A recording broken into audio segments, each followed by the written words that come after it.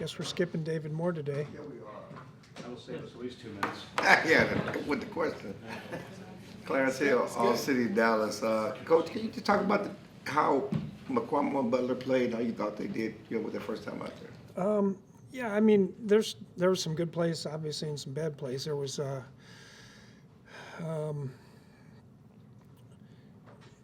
thought they both battled. I thought they competed well. We're in the right place most of the time. Obviously there's a few that they missed, but for the most part, pretty good. Mike, Todd Archer with ESPN. The transition to go from what Dan Quinn did here to your defense, did you view it as a big difference in scheme between what you like to do and what they did here for 3 years? Well, there was a lot of similarities. I think we played a little bit more single high. We played a little bit more shell, but they played some of the same coverages that we play. How much do you think injuries have stunted the growth that you guys have had this season? Well, Troy Aikman asked me a question, last week in the production meeting, and I do think when you're down to your 5th, 6th, 7th, 8th defensive lineman, and you're down to your 4th, 5th, whatever corner situation, I think that's going to make a difference. I think if we had all those players healthy and playing, then I think it'd be different in a lot of ways. John Machado with The Athletic. Just in your time coaching in the NFL, how surprised are you that you guys have gone this deep in the season with not winning a game at home?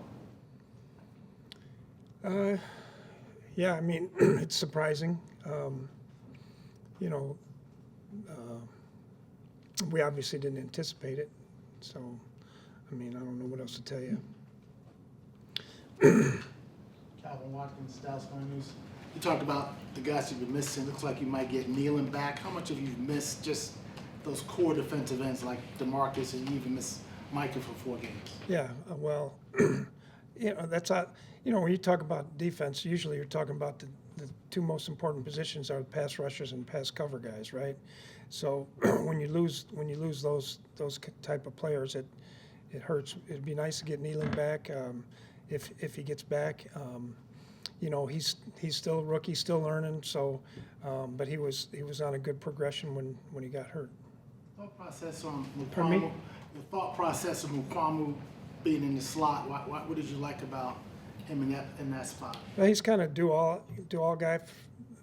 Plays corner, plays safety, plays some nickel. So, he knew what to do most of the time and was in the right place. So that was probably the Jordan Lewis thing was kind of midweek before we found out what was going to happen there. Saudis of The Athletic. Like, kind of a 2-part thing related. What did you see of why you guys got off to such a slow start yesterday defensively, and then on the other side, what tightened up so well for you guys in the second and third quarters? I don't know. I'm trying to recall. I've been watching Washington all day, so trying to recall what happened in the first. We gave up the big run. Is that right there? Okay, one guy got cut. Another guy didn't get to where he needed to get to, and we didn't crack replace. So that was a 45-yard run or something like that. So I think, if I remember right, there was a 3rd down in that series that they converted barely, something like that. I don't remember.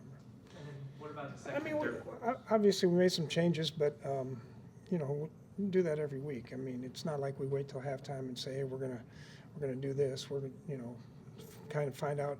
They're a team that is very game plan specific, plays, runs, formations, everything like that. So it changes from week to week, and you have to kind of get to a point where, okay, now I feel like I know what they're doing. We also, we had some new guys in there, so early in the ball game we were trying to help them out in a lot of different ways. So, it's all part of it.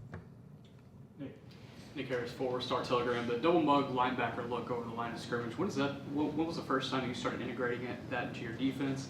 What do you think it does for opposing offenses? I hope it causes problems, but so I'll go back to a story when I was here with Parcells. We had a blitz called, and he said, "Have you ever, if they say so-and-so is this guy, have you ever switched who the blitzer was?" And I said, "No, we haven't done that," but then we started doing it, and then when I got to Cincinnati, we were trying to figure out how we can get as fast as we could to get on the back. And so we kind of incorporated that principle that he had with getting two guys in the A-gaps, and then it kind of went from there.